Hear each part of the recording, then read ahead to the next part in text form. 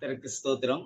கிறிஸ்துவுக்குள் அன்பான சகோதர சகோதரிகளே, உங்கள் அனைவருக்கும் என் இனிய காலை தின வாழ்த்துக்களை தெரிவித்துக் கொள்கிறேன். இந்த நாளிலே கூட இன்றைய வேத வார்த்தை எரேமியா எழுதின புஸ்தகம் அதனுடைய 18 அதுல 1லிருந்து 6ஆம் வசனம். இன்றைய நாளையுடைய தலைப்பு குயவன் கையில் களிமண். குயவன் அந்த 6ஆம் வசனம் இப்படியாக சொல்கிறது, குயவன் கையில களிமண் இருப்பது போல தேவன் சொல்றாங்க, நீங்க என்னுடைய கைகள்ல இருக்கீங்க. குயவன் அந்த மண்பாண்டத்தை செய்வதற்கு அவன் எப்படி அந்த மண்ணை அவன் தேடி தேடி அலைந்து அந்த மண்ணை போய் என்ன செய்வானா செலக்ட் பண்ணுவான்.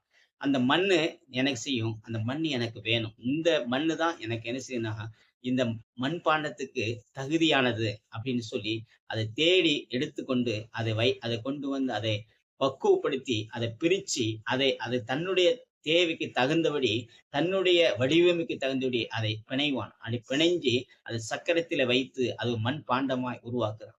அதே போல ஆண்டவராகிய இயேசு கிறிஸ்து இந்த நாட்கள்ல நம்மளையும் அவருடைய கைகள்ல நாம இருக்கிறோம்.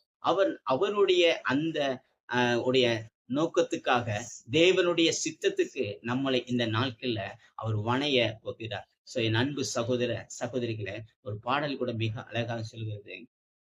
நீர் என்னை தேடி வராதிருந்தா நான் என்றோ மரிச்சிருப்பேன். உன் கிருபை என் மேல் தராதிருந்தா நான் என்றோ அழிஞ்சிருப்பேன். என் தேவா என் ராஜா உங்க கிருப போதுமே. ஆமாங்க, இன்றைக்கு அவருடைய கைகள்ல நாமளை ஒப்பு கொடுக்கும் பொழுது அவருடைய கைகளை நாம இருக்குதுனால தேவன் இந்த நாளில ஒருவேளை நமக்கு ஒன்றுமே தெரியலன்னாலும் அவர் அந்த மண்பாண்டத்தை போல குயவன் கையில மண்பாண்டம் இருந்தது போல நம்மளையும் அநேகர்களுக்கு அது மெருகூட்டப்பட்டு அநேகர்களுக்கு அது எல்லாரும் அது வாங்கத்தக்க எல்லாரும் அதை நேசிப்பதற்கு அதே போல நம்மளையும் தேவன் இந்த நாள்ல உருவாக்க அவர் சித்தமா இருக்கிறார். God bless you. Thank you.